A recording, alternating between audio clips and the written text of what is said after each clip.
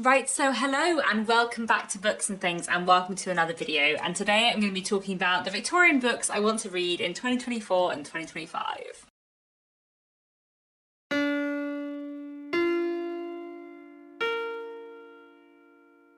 So it may seem slightly silly to be putting together a TBR for 2024 and 2025 when we're not even at the end yet quite of 2023, but I thought I would create this video today because there are always so many other videos to make in January, and I have been thinking about this video for a while and sort of thinking about the books I'm going to put on this list. So back in January 2022 I came up with a list of, I think it was 24 Victorian books that I wanted to read over the years of 2022 and 2023, and two authors who I wanted to read more by in general. And today I want to talk a little bit about how I've got on with that list and also kind of set out a new list for 2024 and 2025. Obviously these are not like the only Victorian books I'm going to read over the next few years. I read a lot of Victorian literature and I really love it, and I'm always coming up with new things that I want to read. But today I'm going to be talking about some books that I really do want to get to. Like I said, I am filming this slightly early, but I don't think I'm going to be doing too much more Victorian reading in 2023 because I have lots of other book goals that need more attention. I know I will be finishing off some more Dickens for the Mega Dickens read along before the end of the year, and I will probably also hopefully read an Anthony Trollope book or two, but I don't think I'm going to be reading any other books from my 2022 to 2023 list, so I thought I would make this video today anyway. So as I said, back at the beginning of 2022 I came up with a list of 24 Victorian books that I wanted to read, and there were two authors that I wanted to read more by in general, and so out of those 24 books I have read 14, which is, you know, not that good, but kind of fine. I have read a lot of other Victorian books in the last 2 years that I didn't know about or wasn't as excited about when I made that list back in January 2022. So it's not like I've only read 14 books.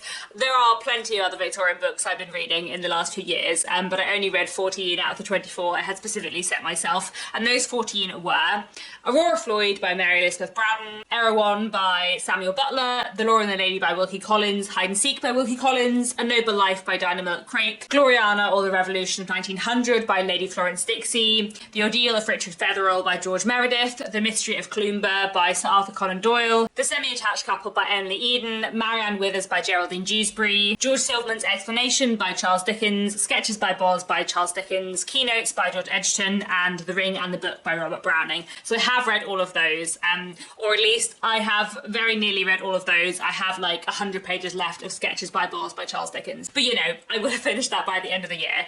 And then I also said that I wanted to read more in general by Anthony Trollope and George Gishing, and I have read 6 books by Anthony Trollope over the last 2 years, which is not as many as I would like, but I have read Orley Farm, The Three Clerks, Kept in the Dark, Sir Harry Hotspur of Humblethwaite, Nina Ballot Carr, and An Eye for an Eye, and I've read 2 books by George Gissing, The Unclassed and Eve's Ransom. So that's not too bad in terms of making my way through my list, my goals for 2022 and 2023 Victorian reading. I would say that my favourites of those books would probably be Gloriana or the Revolution of 1900 by Lady Florence Dixie, and probably The Three Clerks by Anthony Trollope. I think that was probably my favourite of the Trollope books. But that of course does mean that there were 10 books on my 2022 to 2023 Victorian Literature TBR, which I did not read. And I'm going to be taking 9 of these over to my TBR for 2023 and 2024. The one that I'm not going to take over is What Will He Do With It by Edward Bulwer Lytton, because that book was basically on the list to encourage me to pick up something by Edward Bulwer Lytton, and I did pick up something by Edward Bulwer Lytton. I just chose a different book. I ended up reading Night and Morning instead because I needed to read a book from 1841 for reasons of historical research and writing anyway. So I did read something by Edward Bulwer Lytton, so I kind of feel like I have ticked off that challenge, like I've completed what I wanted to by putting What Will He Do With It on that list. I would like to read some more Edward Bulwer Lytton at some point, like I really enjoy Night and Morning, but I don't feel that I have to take over this book to the TBR for the next few years. I might still end up reading something by Edward Bulwer Lytton in the next 2 years, but you know, there are other new to me authors or books I'm more keen for, so I thought I would not take that over to the TBR for the next 2 years, but I will be taking over the other 9 books onto my TBR for 2023 to 2024. And I thought, you know, that's fine, I've got 9 books, I'll maybe add another 15 and that'll take me to 24 like last time, and then I added 21 instead, and now I have a list of 30 books. But I do read a lot of Victorian literature. I will definitely read 30 Victorian books over the next 2 years. I'll probably read 30 Victorian books just in 2024, but whether those 30 Victorian books are these 30 Victorian books, who knows? But I am excited for all of these books, so I thought I would put them all together in a list, and we'll see what I actually read in the next few years. It's always nice to have a list. I always enjoy putting TBRs together. So, as always, when I talk about Victorian literature that I haven't read yet, I don't know that much about quite a lot of these books, because sometimes it is hard to find information about Victorian literature without spoilers, and sometimes it is hard to find information about specific Victorian novels at all, because quite a lot of the books I'm talking about today are like relatively obscure. So I will tell you what I do know, and if I don't know anything, I'll just say why I've decided to put it on this list. But anyway, I'll start off with the 9 books that I'm carrying over from the last 2 years. So the first one is The Roar of the Sea by Sabine Baring-Gould from 1892. This comes very highly recommended by Kate Howe, and I've been meaning to read it for, well, you know, more than 2 years. And I haven't yet, and I really want to. I've got it on my Kindle. It was on my Victober TBR. Hopefully I'll read it at some point very soon. Next is Clara Vaughan by R.D. Blackmore from 1864. This is a sensation novel. I believe it is R.D. Blackmore's first novel, and I think it has a female detective in. I've read one book by R.D. Blackmore before, Lorna Doone, which I read like probably 15 years ago and liked at the time, but don't remember very well, and I really want to read more by him. I also have Cometh Up as a Flower by Rhoda Broughton from 1867. This is another sensation novel, and Rhoda Broughton was very popular in the Victorian period. I have read some short stories by her, but I haven't read any of her novels, and I've been meaning to read this obviously for a while.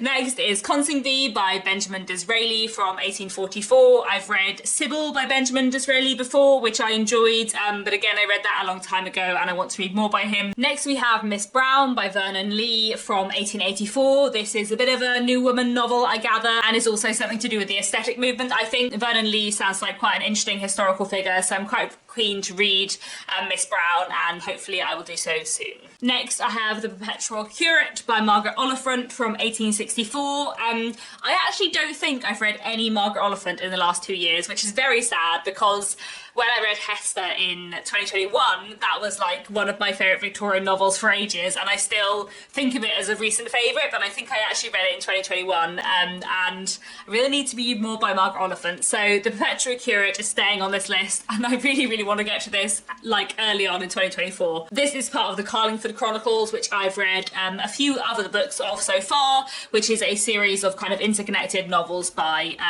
Margaret Oliphant, kind of set in the same town. I do really want to finish the series and read more by Margaret Oliphant in general. Maybe I read Hester in 2020 actually. I feel like I didn't live here when I read Hester. Anyway, next is Jessie Phillips, A Tale for the Present Day by Frances Trollope from 1842. I've read a couple of books by Frances Trollope before, and I really like her work. She was the mother of Anthony Trollope. Jessie Phillips, I believe, has something to do with workhouses, and that's about all I know about the plot. I'd also like to read The Daisy Chain by Charlotte Mary Young from 1856. I've read one book by Charlotte Mary Young before, The Heir of Redcliffe, which I really liked, but I didn't love as much as I was hoping to. But I think that was partly because I sort of didn't know what kind of book to expect for some reason, and it took me like quite a long time, like quite a long way into the book before I sort of realised what it was doing. But there were some elements of it that I really liked, and I'm definitely keen to read more by Charlotte Mary Young. She's an author I know Kate Howe really loves. So The Daisy Chain is staying on my list, and hopefully I'll read that in 2024 or, you know, 2025. And then finally, I'm also keeping London Labour and the London Poor by Henry Mayhew on this list. This is a book from 1851. It is a work of non-fiction, all about kind of everyday life in London. I have actually read a lot of extracts from London Labour and the London Poor, but I haven't read it all the way through, and I would like to. So that is sticking on the TBR for 2024 and 2025. So those are the 9 books I'm carrying over from my 2022 to 2023 TBR into my 2024 to 2025 TBR. And now I'll move on to the 21 new books I'm adding on to the long-term Victorian Literature TBR. So to start off with, I have a bunch of New Woman novels. I've been interested in the New Woman movement for a while. This was a kind of early feminist movement in the late Victorian period, which gave rise to a lot of really interesting literature. And my challenge for Victober this year was to read a Victorian work of New Woman fiction. And in doing the research around that, I ended up discovering so many amazing sounding New Woman fiction novels. So I have many works of New Woman fiction that I want to be reading in the next few years. So first I have Moths by Ouida from 1880. I've read one thing by Ouida before, which is one of her plays, a short play called Afternoon, but I haven't read any of her prose. And Moths, according to the internet, internet is the first English novel to show a divorced woman happily remarried. So that sounds really interesting. Looking forward to that. I also really want to read Diana of the Crossways by George Meredith from 1885, another new woman novel, this one focusing on a real-life historical figure. George Meredith's a writer who I really like. I've read 2 of his novels and some of his poetry before, and especially his work The Egoist is one of my favourite Victorian novels and a book that looks really interestingly at gender and power. So I'm really looking forward to reading Diana of the Crossways. I think it'll be really interesting. Next I have The Wing of Azrael by Mona Caird from 1889, which is a new woman novel but also a gothic novel. So feminist gothic stuff, that sounds very up my street. Looking forward to that. I've read one book by Mona Caird before, Romance of the Moors, which I liked but didn't necessarily love, but I'm quite keen to read more by her. I'd also really like to read Red Pottage by Mary Cholmondeley from 1899, another new woman movement novel. This one about 2 friends and their kind of diverging lives. This is one that's been like on my radar for a while and I'd really like to read, so hopefully I'll get to it soon. I'd also like to read The Heavenly Twins by Sarah Grand from 1893. I read Sarah Grand's novel The Beth Book this October and absolutely loved it. It was one of my favourite Victorian books I've read for ages. I just thought it was so good, and the characterisation was just amazing. So I'm really, really excited to read more by Sarah Grand, and The Heavenly Twins is like her other fairly well-known book. I say well-known, she's not a very well-known writer, but The Heavenly Twins is the other of her books that's kind of more prominent, so I'm really keen to read that at some point soon. And I'd also like to read A Superfluous Woman by Emma Frances Brooke from 1894, another new woman movement novel, of course. The internet told me that this was an audacious exploration of the Fiandacicular preoccupation with race, class, and the sexual double standard, so that sounds very interesting, doesn't it? I don't know more about it than that, but I'm excited to read it. And then finally, on my new woman movement novels, I really want to read The Woman Who Didn't by Victoria Cross, that's a pseudonym, from 1895. So this is a novella, I think, that was written in response to Grant Allen's book, The Woman Who Did, and I read The Woman Who Did earlier this year, and like, found it absolutely fascinating historically, but also like had some problems with it. It was kind of interesting to look at like the limitations within the new woman movement, so I'd be really, really interested to read a response to The Woman Who Did. So I'm looking forward to reading The Woman Who Didn't at some point soon. Then next I have 4 Victorian sensation novels, which I'd really like to read in the next year or 2. So first we have The Dead Secret by Wilkie Collins from 1856. I have actually been reading quite a lot of Wilkie Collins lately, so I think it's likely I will read more than one Wilkie Collins book in the next 2 years, but The Dead Secret is probably the next main one on my list. Like, I feel like that's the one I've heard a lot of people say very good things about that I haven't read yet. Wilkie Collins is one of those authors who is very hit and miss for me. I have read, I think, 12 of his books now, some of which I've absolutely loved and some of which I have really hated. But the most recent book I read by him was Man and Wife, which I thought was fantastic. So I'm feeling like very encouraged and positive about Wilkie Collins for now. So I'm looking forward to The Dead Secret at some point soon. Then another Victorian sensation novel I'd like to read is The Secret of Ashley Dyat by Ellen Wood. Not sure I've said the name of that place correctly. This is a book from 1863 and I'm really excited to read more by Ellen Wood because I read her novel Eastlyn years ago, like it was quite a while ago now, and I really, really loved it so much. But I just haven't read anything else by her since, and I don't really know why. To be honest, this one, a little bit like the Edward Bulwer-Lytton book in the last TBR, is kind of standing in for anything by Ellen Wood. I don't really mind what I read next by Ellen Wood. I found this one and the title was intriguing, so I put it on the list, but I don't know anything about it. I just want to read more by her because I really like her as a writer. And then another sensation novel I want to read is this. Look, I have one book on the whole of this list I have on my physical TBR, and that's this. This is Wilder's Hand by J. Sheridan Le Fanu. I really love J. Sheridan Le Fanu. I've read 3 of his books before and a few short stories, and I just think he's a fantastic writer of amazing gothic fiction. Wilder's Hand is apparently a tale of jealousy and murder and like a long-standing family feud between 2 warring families, so you know, that sounds great, doesn't it? I really, really like J. Sheridan Le Fanu. I'm sure I will love this one. And you know, it's the only book on this list I actually have a physical copy of, so I'm sure we'll get to it soon. And then I'd also like to read The Doctor's Wife by Mary Elizabeth Braddon, also from 1864 actually. I have read 2 books by Mary Elizabeth Braddon before, Lady Audley's Secret, which I really, really liked, and Aurora Floyd, which I didn't like that much. I kind of enjoyed the reading experience and the writing style, but certain things about it frustrated me. In fact, I feel like Mary Elizabeth Braddon has the potential to be a kind of Wilkie Collins-esque author for me, where I kind of always enjoy the writing style and the tension, but sometimes the like content makes me cross, maybe. But anyway, I am keen to read more by Mary Elizabeth Braddon, and I have heard good things about The Doctor's Wife, so that is going on my TBR. Then next I have 3 Victorian fantasy novels, or novels with some kind of fantastical element, all of which I am quite keen to read in the next couple of years. So I have The Ring and the Rose by William Makepeace Thackeray from 1854, which I think is a kind of like satirical work of fantasy. Then I also have Fantasies by George MacDonald from 1858. This was on my TBR for Victober this year and I didn't get to it, but I do have it on audiobook and I am quite keen to read it. I would really like to read more by George MacDonald. I have read one book by him, Alex Forbes of Howglen, which was one of his realist works, which I really enjoyed, but he's also quite well known for his fairy tales and his kind of fantastical work, so I'd really like to read one of them. Some of his fairy tales are like more aimed at children, I think, but I think Fantasies is one that is aimed a little bit older, and it sounds really interesting, so hopefully I will read that soon. And then I'd also really like to read The Wood at the Edge of the World by William Morris from 1894, which is another fantasy work. I really like William Morris as a historical figure and designer. I just really love William Morris's patterns. In general, I'm not someone who's like massively into visual arts, but William Morris's designs are just like the most beautiful thing ever, in my opinion.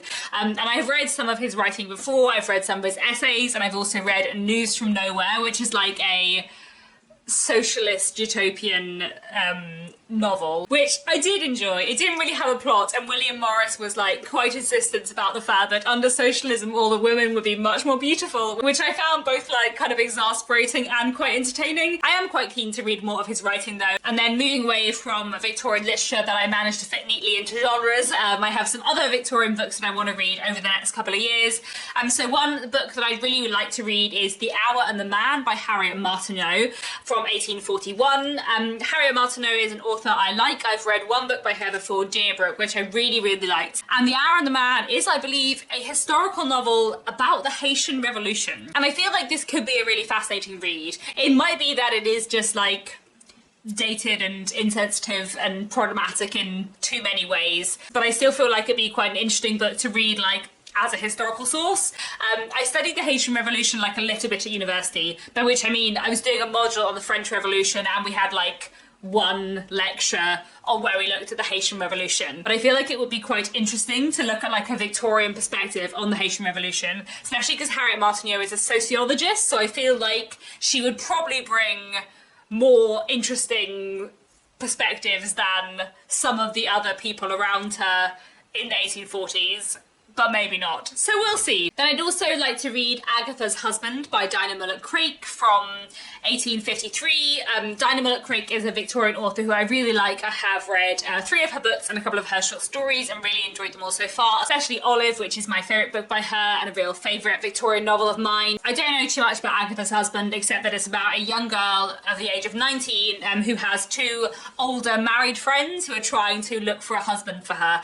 So that sounds like quite a fun setup, I guess, and I'm kind of keen to read it. Apparently this was one of her best-selling books at the time. And then while researching what more books by Dinah Mullet-Craik I want to read, as well as finding Agatha's Husband, I also stumbled across another book which sounded amazing called A Life for a Life from 1859, which begins with the murder of a young woman and carries on from there. So this sounds almost like a sensation novel from Dinah Mullet-Craik. I don't know, but I'm keen to read both of these, so I thought I'd put them both on my TBR for the next couple of years. Then I would also really like to read An Unsocial Socialist by George Bernard Shaw, which is a novel from 1883. I've read quite a few plays by George Bernard Shaw before, but I haven't read any of his prose. This book was on my TBR for Victober, but I didn't end up getting around to reading it, but I would really like to read it, partly because the title is really fun, and I'm also quite keen to read more about socialism in the late 19th century. That's again something I've studied like a little bit at university, and I kind of find those themes in George Bernard Shaw's plays quite interesting, so looking forward to reading that at some point soon. Then next on my list I have Her Mother's Darling by Charlotte Riddell from 1877.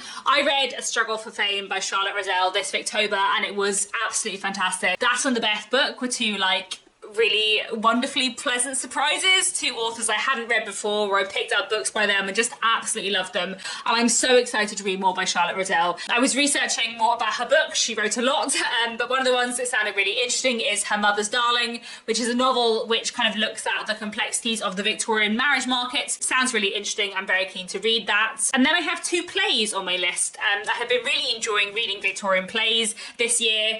So there are two Victorian plays I really want to read soon. One is London Assurance by Dion Boucicault and John Broman from 1841. This is, I think, a farce, and I don't know too much more about it than that. That's fine. And then I'd also really like to read Trelawney of the Wells by Arthur Wynne Pinero. I read another play by him, The Second Mrs. Tancancri, earlier this year. I think it was this year, might have been last year, but I really enjoyed that one, so I'm quite keen to read more by him. And this is one of his other well-known plays. So those are 30 Victorian books that I want to read over the next 2 years. But as you may have noticed, I do not have any books on that list so far by either Anthony Trollope or George Gissing, who are two of my favourite Victorian writers and two Victorian writers who I've been trying to read more by, who I want to continue to read more by. So I thought I'd add some George Gissing and some Anthony Trollope to this list. In general, I want to read like as much Anthony Trollope and as much George Gissing as I can over the next few years and always.